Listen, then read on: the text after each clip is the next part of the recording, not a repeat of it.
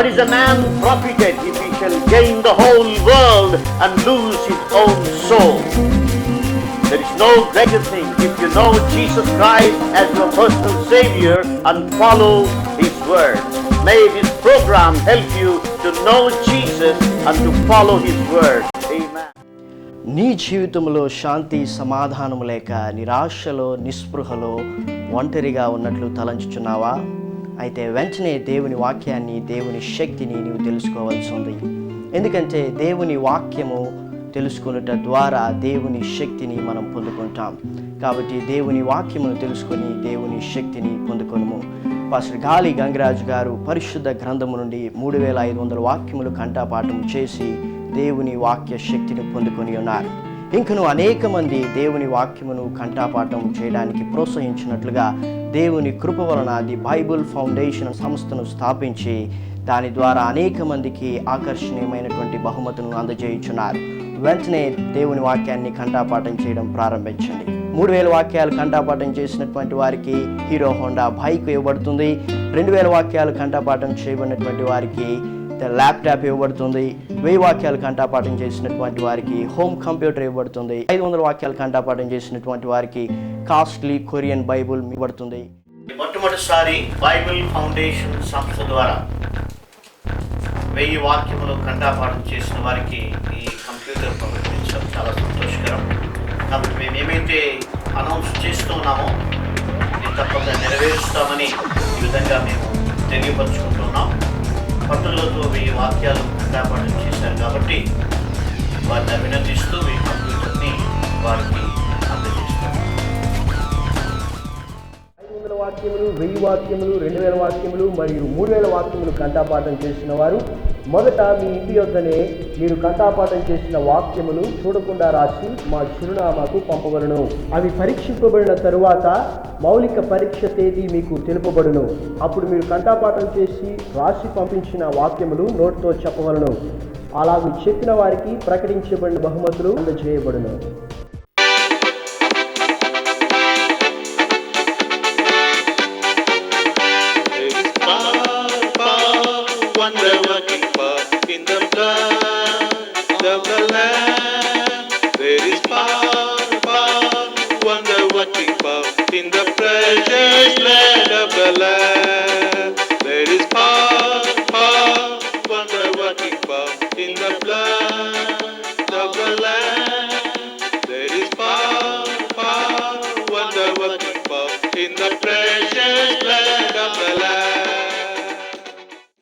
Today's topic is memorizing the word of God.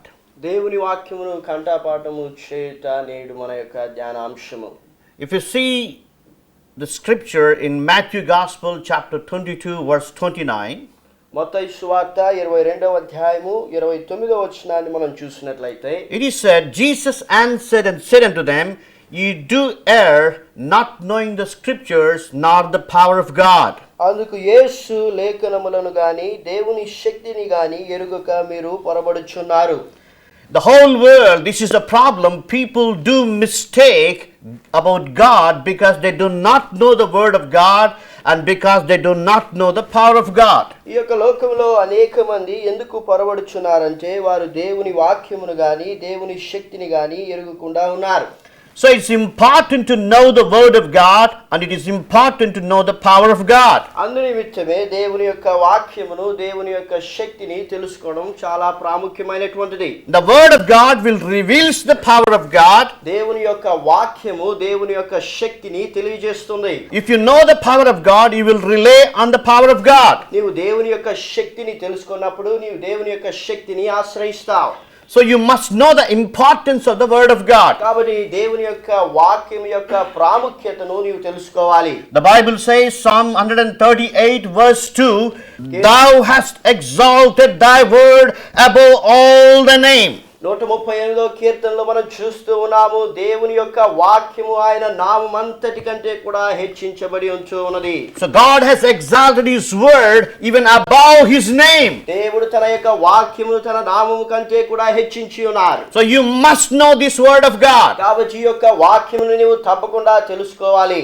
Jesus said, heaven and earth shall pass away, but my word shall not pass away. ఆకాశము భూమి గతించిపోయినప్పటికీ నా మాటలు ఏమాత్రము కూడా గతించిపోవని యేసు ప్రభువు వారు చెబుతూ ఉన్నారు. Yes, this word of God will not pass away, even though this earth and heaven shall pass away. అవును, ఈ యొక్క ఆకాశము భూమి గతించిపోయినప్పటికీ దేవుని యొక్క వాక్యము ఎన్నటికీ గతించిపోదు. Let's see one example. ఒక ఉదాహరణ మనం చూద్దాం.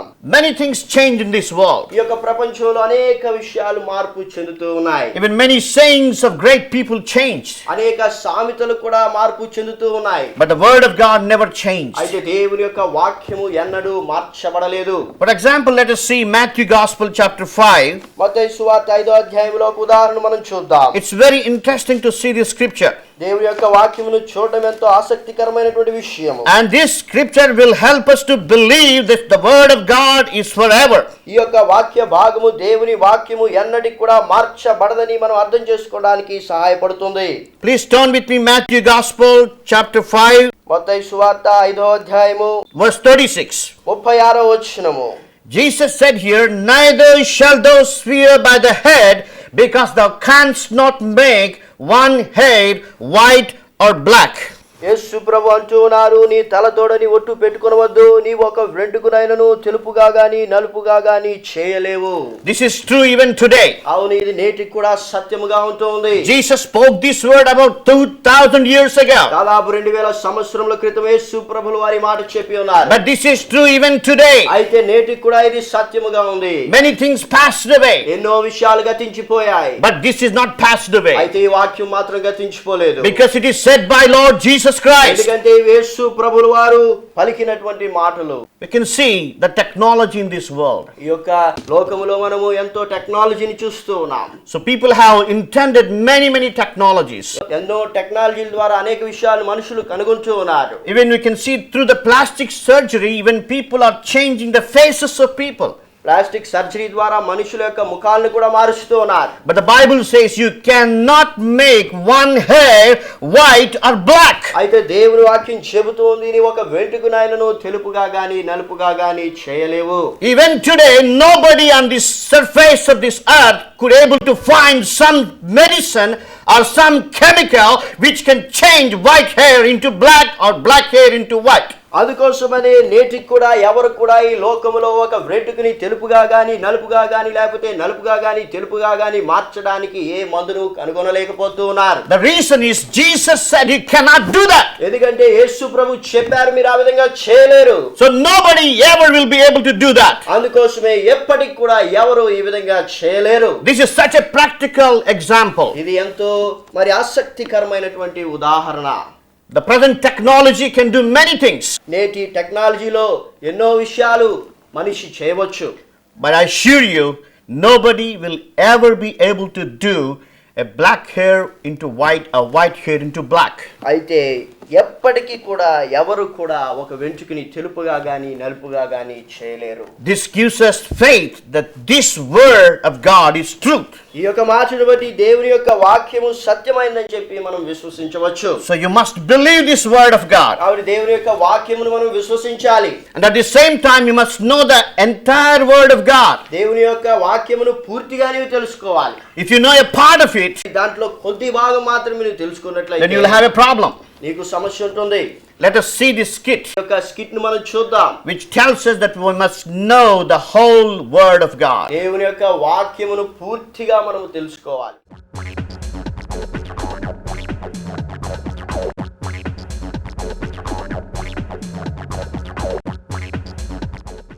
Bible, Holy Bible.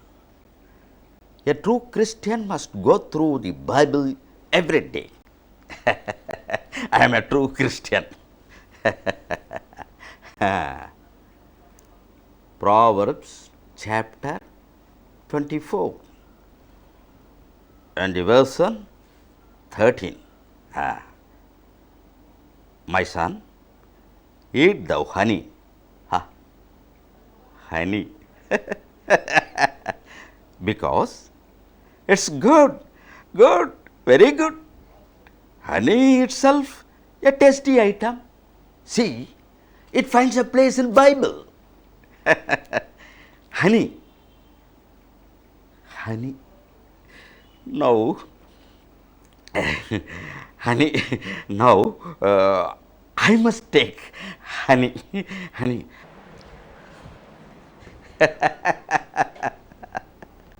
Honey, honey. We will have to taste honey. That's very important. Because it finds a place in Bible. So we will have to take honey, honey.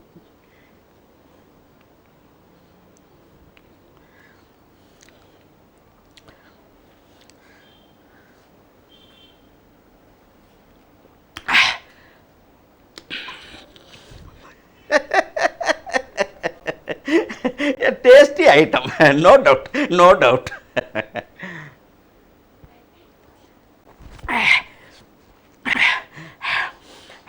A beautiful honey, beautiful honey. Hi.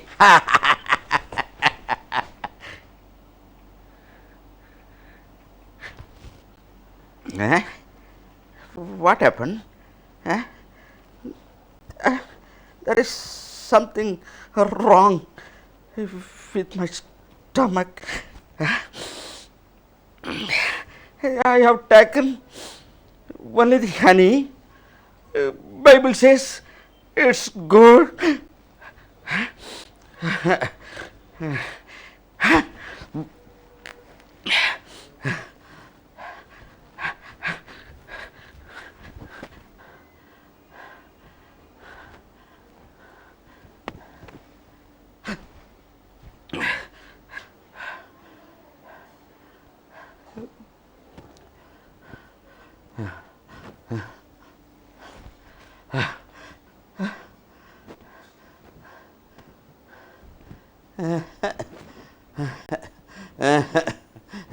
No more walking, no more walking.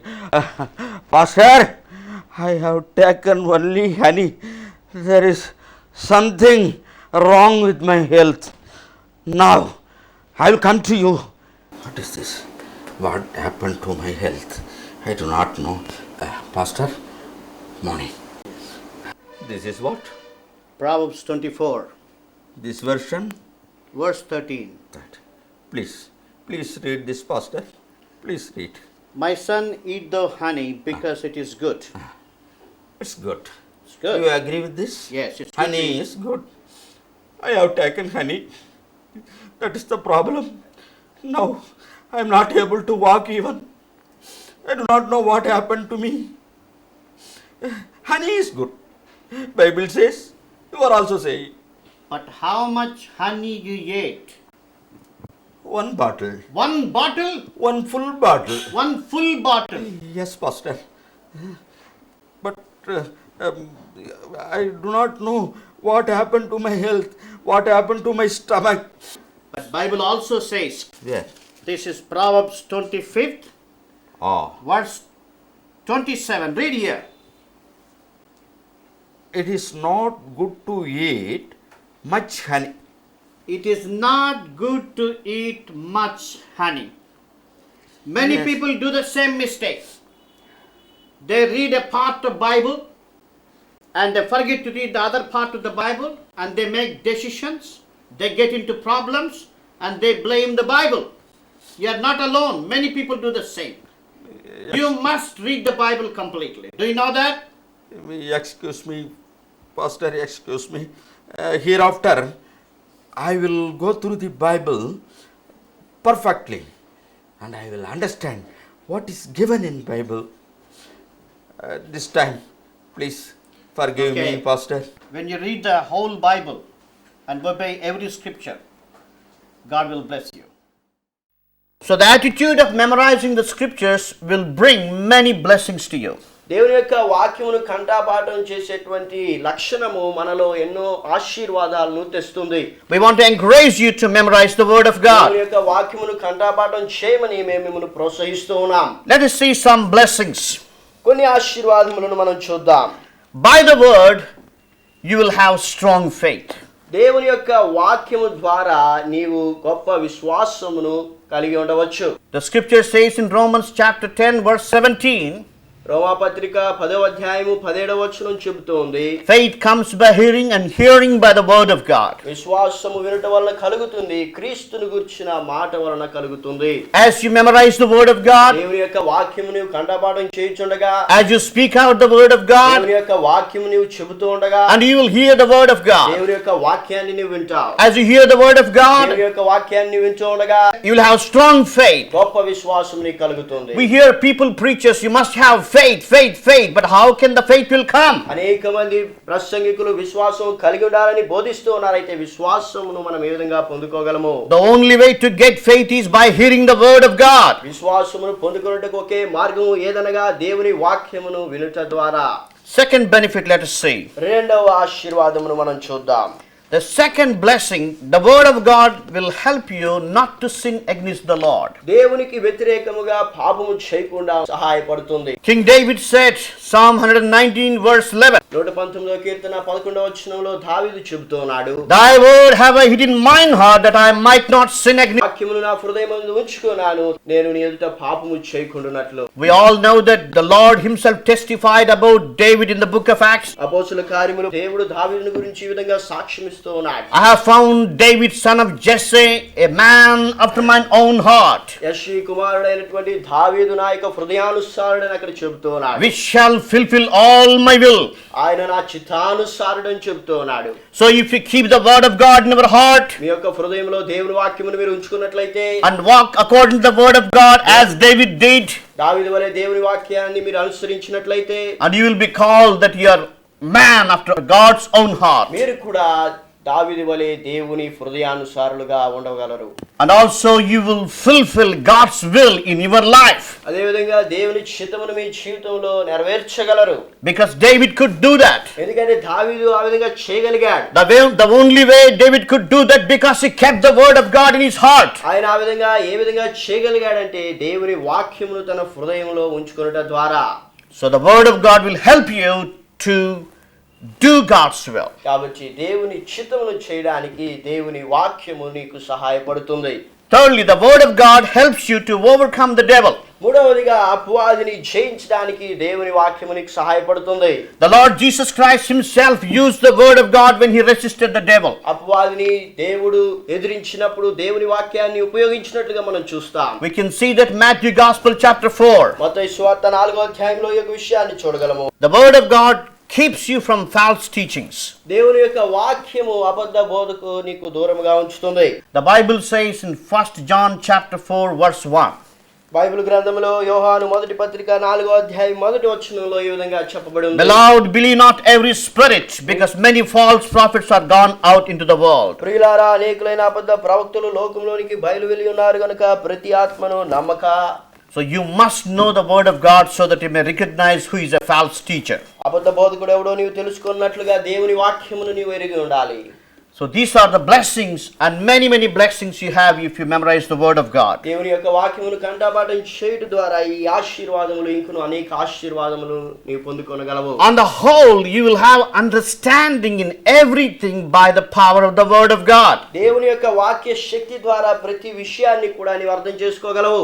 Many times we are confused in this world. ఈ యొక్క లోకములో అనేక సార్లు మనం అయోమయ స్థితిలో ఉంటూ ఉన్నాం. Many times Christians feel that is it God's will to do it. అనేక సార్లు విశ్వాస జీవితంలో ఇది చేయడము దేవుని చిత్తమా అన్నటువంటి అయోమయ స్థితిలో మనం ఉంటాం. If you know the word of God, you will know what is God's will. దేవుని యొక్క వాక్యమును నీవు తెలుసుకున్నట్లయితే దేవుని యొక్క చిత్తమును నీవు తెలుసుకొనగలవు. The word of God will help you not to be confused. దేవుని యొక్క వాక్యము ఆ యొక్క అయోమయ స్థితిలో నీకు సహాయపడుతుంది. I want to tell one incident which happened in Switzerland. Switzerland లో జరిగినటువంటి ఒక సంఘటనను మీతో చెప్పాలని ఆశపడుతున్నాను. Many years ago, అనేక సంవత్సరముల క్రితము people started printing fake currency. దొంగ నోట్లను ప్రచురించడం ప్రారంభించారు. False currencies almost looks like the original currency. ఆ యొక్క దొంగ నోట్లు నిజమైనటువంటి డబ్బు వలె కనిపిస్తూ ఉన్నాయి. And the country got confused. ఆ యొక్క దేశంలో ఎంతో అయోమయ స్థితి ఏర్పడింది. And the government wanted to do something to find out false currency. ఆ విధంగా దొంగ నోట్లను కనుగొనడానికి గవర్నమెంట్ ఒక ప్రణాళిక వేసుకునింది. So they discussed many things. అనేక విషయాల గురించి వారు సంభాషించారు. Finally, they planned a particular strategy to catch all these false currency notes. ఈ యొక్క దొంగ నోట్లను పట్టుకోవడానికి ఒక ప్రత్యేకమైనటువంటి ప్రణాళికను వారు కలిగారు. They trained a group of people. ఒక గుంపుకు వారి విధంగా తర్బీదు ఇచ్చారు. The training was very simple. ఆ యొక్క తర్బీదు చాలా సులభమైనటువంటిది. They have selected some young people యవనస్తులను కొంతమందిని వారు ఏర్పరచుకొని and they gave them 1 month training. ఒక నెల వరకు తర్బీదు ఇచ్చారు. The training was, ఆ తర్బీదు ఏంటంటే they gave the original currency into their hand. నిజమైనటువంటి డబ్బును వారికి ఇచ్చి They asked them to see the currency, the original currency, 8 hours a day. ఆ విధంగా ఆ నిజమైనటువంటి డబ్బును వారి చేతికి ఇచ్చి ఆ నోట్ని రోజుకి 8 గంటల సేపు పరిశీలించమని చెప్పారు. So the training is very simple. They come in the morning and they take the original currency and they see from very point to point, everywhere. They searched.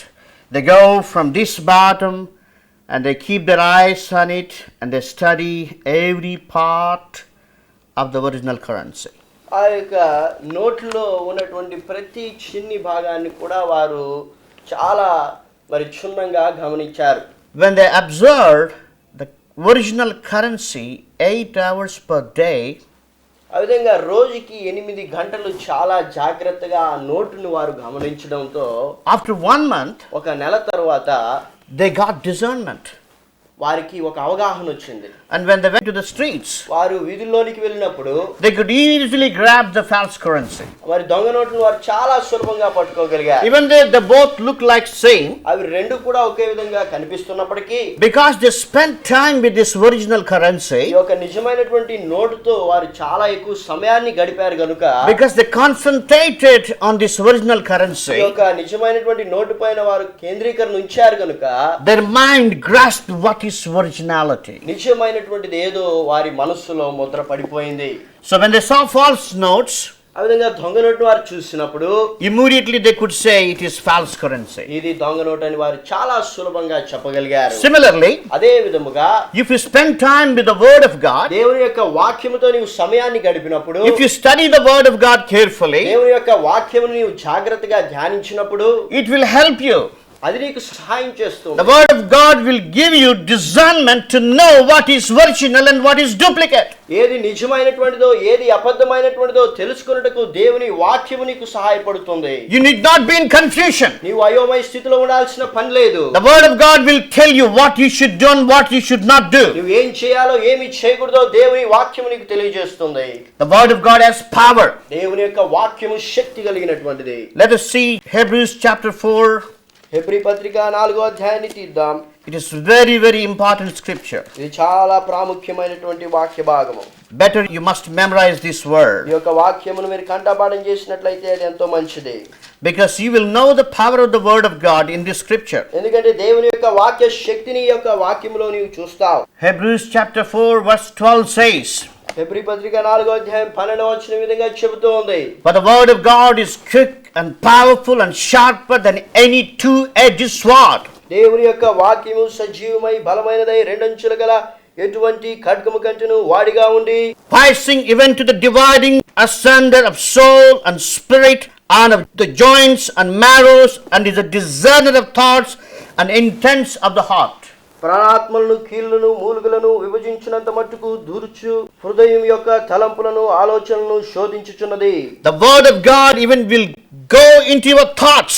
దేవుని యొక్క వాక్యము నీ యొక్క ఆలోచనలోనికి వెళుతుంది. The word of God can operate even the intentions of your heart. నీ యొక్క హృదయ ఆలోచనలను దేవుని యొక్క వాక్యము ప్రభావితము చేస్తుంది. A general surgeon has limits that he cannot operate every part of the body. కాబట్టి సర్జన్స్ కి మరి శరీరంలో ఆపరేషన్ చేయడానికి వారికి కొన్ని పరిమితులు ఉన్నాయి. And definitely he cannot operate on thoughts of human being. మనిషి యొక్క ఆలోచనలపై ఎటువంటి సర్జన్ కూడా ఆపరేషన్ చేయలేడు. And a surgeon cannot know the intentions of the heart of people. మనిషి యొక్క హృదయ ఆలోచనలు ఏ సర్జన్ కూడా తెలుసుకొనలేడు. But the word of God knows. అయితే దేవుని యొక్క వాక్యమునకు తెలుసు. It can go through anywhere. అది ఎక్కడి నుంచైనా కూడా ఎక్కడికైనా వెళ్ళగలదు. It can change your thoughts. నీ యొక్క ఆలోచనలు మార్చగలదు. It can change your intentions. నీ యొక్క నడవడికనేది మార్చగలదు. It can change your way of life. నీ యొక్క జీవితం అనేది మార్చగలదు. Because he has the power. ఎందుకంటే అది శక్తి కలిగినటువంటిది. Let us see another scripture. మరొక వాక్య భాగం మనం చూద్దాం. The word of God says in 2 Timothy chapter 3 verse 16. 2 Timothy పత్రిక 3వ అధ్యాయం 16-17 వచనాల్లో ఈ విధంగా దేవుని వాక్యం చెబుతోంది. All scripture is given by inspiration of God and is profitable for doctrine, for reproof, for correction, for instruction in righteousness. దైవజనుడు సన్నద్ధుడై ప్రతి సత్కార్యమునకు పూర్ణముగా సిద్ధపడి ఉండునట్లు దైవావేశం వలన కలిగిన ప్రతి లేఖనము ఉపదేశించుటకును ఖండించుటకును తప్పు దిద్దుటకును నీతి యందు శిక్ష చేయుటకును ప్రయోజనకరమై ఉన్నది. So this word of God has all powers. ఈ యొక్క దేవుని వాక్యము శక్తితో కూడుకున్నటువంటిది. But unfortunately you are keeping the world in your heart instead of the word of God. అయితే దురదృష్టవంతముగా దేవుని యొక్క వాక్యమును నీ హృదయంలో ఉంచుకొనుటకు బదులుగా ఆ యొక్క లోకమును నీ హృదయంలో ఉంచుకొని ఉన్నావు. Many people have the world in their heart instead of the word of God. దేవుని యొక్క వాక్యమునకు బదులుగా అనేక మంది హృదయంలో ఈ యొక్క లోకముంచు ఉంది. If you keep the world, it will destroy you. ఈ యొక్క లోకమును నీ యొక్క హృదయంలో ఉంచుకుంటే అది నిన్ను నాశనం చేస్తుంది. If you keep the word of God in your heart, it will build your life. దేవుని యొక్క వాక్యమును హృదయంలో ఉంచుకున్నట్లయితే నీ యొక్క జీవితం అనేది మార్చివేస్తుంది. The word of God will construct you. దేవుని యొక్క వాక్యము నిన్ను నిర్మిస్తుంది. The world will distract ఈ you. యొక్క లోకము నిన్ను నాశనం చేస్తుంది. If you want to be constructed by the word of God, దేవుని యొక్క వాక్యము చేత నువ్వు నిర్మించబడాలనుకుంటున్నట్లయితే, if you want to construct your life, నీ యొక్క జీవితం నువ్వు కట్టుకోవాలనుకుంటున్నట్లయితే, if you want to see blessings in your నీ life, యొక్క జీవితంలో ఆశీర్వాదమును చూడాలనుకుంటున్నట్లయితే, remove the world from your నీ heart యొక్క హృదయంలో నీ లోకమును తీసివేయము. and keep the word in your heart. దేవుని యొక్క వాక్యమును నీ హృదయంలో ఉంచుకోము. And it is a good thing to keep the word of God in your heart. దేవుని యొక్క వాక్యమును నీ హృదయంలో ఉంచుకోవడం మంచిది. And when you ask good thing, God will give you. మంచివులు దేవుడు ఇచ్చువాడుగా ఉన్నాడు. The word of God says in Matthew Gospel chapter 7 verses from 9 to 11. మత్తయి సువార్త 7వ అధ్యాయం 9వ వచనం నుండి 11వ వచనం వరకు దేవుని వాక్యం ఈ విధంగా చెబుతోంది. Very, very important passage. ఇది చాలా ప్రాముఖ్యమైనటువంటి వాక్య భాగము. Our Lord Jesus Christ wants to encourage us to ask good things from our Father. మన తండ్రి నుండి మనము మంచి ఈవులను పొందాలని దేవుడు ఇచ్ఛయించి ఉన్నాడు. He said, or what man is there of you whom if his son asks bread will he give him stone? యేసు ప్రభువు అంటున్నాడు, మీలో ఏ మనుష్యుడైనను తన కుమారుడు తను రొట్టెను అడిగిన వానికి రాతినిచ్చునా? If he asks fish will he give him serpent? చేపను అడిగిన పామునిచ్చునా? If they then being evil know how to give good gifts unto your children, మీరు చెడ్డవారయుడు మీ పిల్లలకు మంచి నీయాలని అనుకుంటూ ఉన్నప్పుడు, how much more shall your Father which is in heaven give good things to them that ask him? పరలోకమందున మీ తండ్రిని తన అడుగు వారికి అంతకంటే ఎంతో నిశ్చయముగా మంచి ఈవులను ఇచ్చును. Let us ask this good thing from our heavenly Father. మన పరలోకపు తండ్రి నుండి ఈ మంచి ఈవులను మనం అడుగుదాం. Our lovingly heavenly Father, పరలోకమందున్న తండ్రి, you promised us you will give us good things. మంచి ఈవులను మాకు ఇస్తారన్న వాగ్దానాన్ని బట్టి మీకు వందనాలు. Now we heard from your word. మీ వాక్యం నుండి మేము విని ఉన్నాం. Keeping your word in our heart is a blessing. మీ యొక్క వాక్యమును మా హృదయంలో ఉంచుకోవడం ఎంతో ఆశీర్వాదకరం. Lord, help us to keep your word మీ యొక్క వాక్యమును మా హృదయంలో ఉంచుకుంటూ సహాయం చేయండి. and to do your will in our lives. మీ యొక్క చిత్తమును మా జీవితంలో చేయుటకు సహాయం చేయండి. In Jesus' name we pray. యేసు నామమున ప్రార్థిస్తున్నాం తండ్రి. Amen. ఆమేన్. వాక్యానుసారముగా ప్రార్థించుట అను ఈ పుస్తకమునందు వాక్యానుసారమైనటువంటి ప్రార్థనలు మరియు వాక్యములు కంఠపాఠము చేయుటకు చాలా ఉపయోగకరముగా ఉండును. ఈ యొక్క పుస్తకము ప్రభు మహాకృప వలన ఇంగ్లీష్ భాషలో కూడా ప్రపంచవ్యాప్తముగా అనేక దేశములలో ఎంతోమందికి దీవెనకరంగా ఉన్నది. భారతదేశంలోని నేరస్తుల మధ్య సంచలనం సృష్టించిన నవల మరియు పాస్టర్ గాలి గంగరాజు సాక్ష్యము ఈ పుస్తకంలో ఉన్నది. వాక్యానుసారమైనటువంటి ప్రార్థనలు కలిగిన పుస్తకము మరియు ఎక్కడున్నారు దొంగలను ఈ పుస్తకమును పొందుటకు స్క్రీన్ పైనున్న చిరునామాకు ₹100 డొనేషన్ పంపించి పొందుకొనగలరు. This ministry is giving gifts to encourage people to memorize the word of God.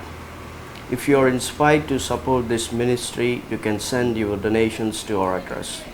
Our address is the Bible Foundation, Post Box number 13, Tirupati 517507, Andhra Pradesh, India. Our website www.thebiblefoundation.com. Our email addresses gali@jesusanswers.com and davidevangelist@hotmail.com. Our mobile numbers 94400469393 and 94900898824.